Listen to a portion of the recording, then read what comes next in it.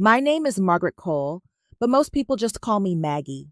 I'm 64 years old, twice retired, once from my job at the Ridgefield Public Library, and once from being the kind of mother who'd sacrifice everything for her children. I still remember the exact moment my heart turned to stone. It was a Saturday in late May. The sun was out, the air smelled faintly of lilacs, and I was standing at the back of a beautifully decorated barn at Maple Hollow Vineyards, holding a glass of sparkling water and watching my daughter Charlotte glow under a canopy of string lights. Her white maternity dress fluttered gently in the breeze. Her laughter carried easily through the rafters, and everyone in that room looked at her like she was the crown jewel of the Bennett family. I had spent $300 on a cashmere baby blanket and another $70 getting my hair done for the first time in months. I had chosen my dress carefully to hide the weight I'd gained from lonely evenings with microwave dinners and butter pecan ice cream. I had told myself again that maybe this was the moment we'd finally heal, that maybe this invitation after 2 years of silence meant she wanted me back in her life. Then she raised her glass and said the words that cracked whatever hope I had left inside me. "There's one woman I need to thank the most," Charlotte said. "Someone who showed me what true motherhood looks like, graceful, patient, and unconditional. Evelyn, this is for you." Applause broke out. Her mother-in-law stood, eyes glistening, and I just stood there, frozen, invisible, a ghost in my own daughter's story. That was the moment I stopped being a mother in her eyes, and quietly I stopped being one in mine. The invitation arrived on a Tuesday, tucked inside a pale blue envelope with silver foil lettering and a tiny wax seal. I found it wedged between a lawn care flyer and a utility bill, almost like it didn't want to be noticed. It wasn't from Charlotte, at least not directly. Her name appeared below Jason's, printed in a cursive font so elegant it looked like a wedding invite. "You're cordially invited to celebrate the upcoming arrival of baby boy Bennett." No handwritten note. No love, Charlotte. Just a sterile announcement, impersonal and pristine. I sat at the kitchen table for a long time, the envelope open beside my untouched cup of coffee. Hemingway, my old golden retriever, lay at my feet, sensing the change in my mood like he always did. He lifted his head and looked up at me with those amber eyes that had seen me through more disappointments than I cared to count. "I don't know what this is," I said out loud, though, mostly to him. "An olive branch. A trap. 2 years of silence. 2 birthdays missed. 2 Christmases spent in quiet denial. And now a party invitation. I should have thrown it away. But instead I found myself holding it like it was fragile, sacred. Like maybe it meant something. Maybe this was her way of saying she was ready to fix what we broke. Or what she broke. And I kept trying to pretend wasn't broken. That night, I stood in front of the bathroom mirror and stared at the lines that had deepened since the last time I'd seen her. I ran my fingers through my graying hair, wondering if she'd notice the changes in me or if she'd care. By the end of the week, I'd made an appointment at the salon, ordered the blanket online from a boutique in Vermont, and circled the date on my calendar in red ink. I told myself it was just a baby shower, but part of me, the foolish part I hadn't quite killed off, yet hoped it might be something more. The vineyard was an hour's drive from Ridgefield, nestled in a patch of Oregon countryside that looked like it belonged on a postcard. Rows of budding grapevines stretched out like green rivers on either side of the gravel road. I arrived early, more out of nerves than punctuality. The renovated barn was stunning wide-open beams, fairy lights strung from rafter to rafter tables dressed in white linen and pale blue runners. There was a dessert table shaped like a carousel, and little glass jars of homemade jam labeled "Sweet Beginnings" for baby Bennett. I stood at the edge of it all for a moment, clutching the wrapped blanket tighter than I meant to. No one noticed me at first, not Charlotte, not Jason, not even my son Andrew, who was deep in conversation with Jason's parents. I set the blanket on the gift table, slipping it between 2 larger boxes. It looked small there. Charlotte was radiant. I'll give her that. Her dress flowed like silk down her round belly, Her cheeks flushed just enough to be charming. She laughed easily, her hand resting protectively on her stomach. People surrounded her like bees to a blossom. When our eyes finally met, I felt something inside me lift until I saw the way her smile dimmed. Just a flicker, but enough. "Mom," she said, making her way over, voice bright but stiff. "You came." "Of course," I said. "I wouldn't miss it." "You look, well," she said, glancing behind her.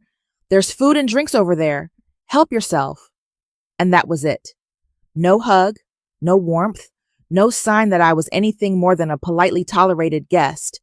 I took a seat at a corner table. No one joined me. The blanket remained buried under a tower of pastel gift bags.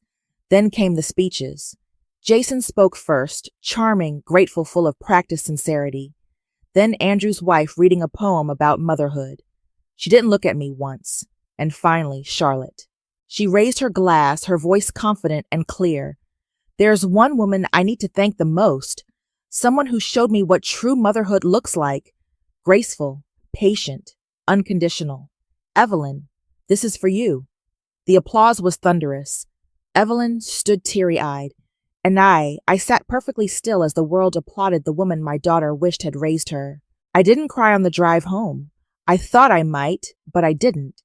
Instead, I turned the radio off, rolled the window halfway down, and let the wind slap the silence back into me. When I pulled into my driveway, Hemingway was already at the window, his tail wagging like nothing in the world had gone wrong. I gave him a treat, kissed his soft head, and walked straight to the kitchen phone. The first call I made was to Janice Franklin, my attorney of 23 years. She picked up on the second ring. "I need to update my will," I said, "effective immediately." There was a pause. "Everything all right, Maggie?" "Everything's clear," I replied. The second call was to Walter, retired cop, occasional private investigator, and once for a brief time my post-divorce dance partner. We didn't work romantically, but we stayed friends. The kind of friend you can call when you need something quietly handled. "I need access to any digital communication between my kids," I said. "Email, messages, whatever you can get." He didn't ask why, just said, "Give me 2 days." The third call was to Ridgefield Storage Solutions. I rented a medium-sized climate-controlled unit with 24-hour access, paid in advance for 6 months. That night, I didn't sleep much, but it wasn't the usual tossing and turning. It was calm, almost mechanical. I made a list in my head: what needed packing, what needed copying, what needed destroying. By dawn, I was already boxing things: photo albums, birthday cards, Charlotte's school projects, the macaroni necklace she gave me in 2nd grade. I touched each piece not with nostalgia, but with the surgical precision of someone performing a quiet excavation. By mid-morning, the backseat of my car was full. I stood in the garage for a moment before closing the trunk, watching a single shaft of light cut through the dust. I had spent decades being their mother, carrying memories for them, preserving history like it mattered more than the way I was treated. But that day something shifted. I wasn't just a mother anymore. I was something else now. Exactly 1 week after the baby shower, the first package arrived at Charlotte's doorstep. I know because I paid extra for signature delivery and scheduled it for 9:00 a.m., just early enough to interrupt her morning, but not early enough to be called rude. Inside was a leather-bound ledger. Nothing extravagant, just clean and professional. Embossed in gold on the cover, C. Bennett, Financial Records, 2013-2023. Every receipt, every wire transfer. Every month I helped cover her rent after her first divorce. Every payment I made on the boutique loan she abandoned. Every last penny down to the $48 I slipped into her account the day her utilities got shut off unasked, unthanked, unnoticed. That afternoon, as I was weeding the front garden, my phone buzzed. "What the hell is this?" Charlotte snapped. No hello, no pleasantries. "Hello, Charlotte," I said calmly. "I assume you received my gift. You call this a gift. A bunch of old bank records. A family heirloom," I said. "A record of generational support. You're trying to guilt me." Not at all, I replied, adjusting my sun hat. I just thought it was time we all had clarity. She cursed under her breath. So now you want me to pay you back? I didn't say that, though I'm sure Evelyn would approve. Silence on the other end. A long pause, then a clipped breath. You're unbelievable, she said. I can't believe you're doing this. I believe it's called setting boundaries, I said softly, and passing on history. The next day, Andrew received his own envelope. His included financial statements, yes, but also emails and messages Walter had compiled, snippets of conversations with his wife, jokes about my emotional drain, plans to keep the kids away from Mom until she calms down. A folder full of words he'd assumed I'd never see. His voice when he called that night was low, calculated. Mom, what are you doing? Just sorting through the past, I said, stirring a pot of stew, tidying up. He tried to apologize, to reframe, to gaslight, but I didn't flinch. This wasn't revenge. This was consequence. 2 mornings later, matching manila envelopes were delivered to Charlotte and Andrew's homes. I made sure the timing was exact down to the hour.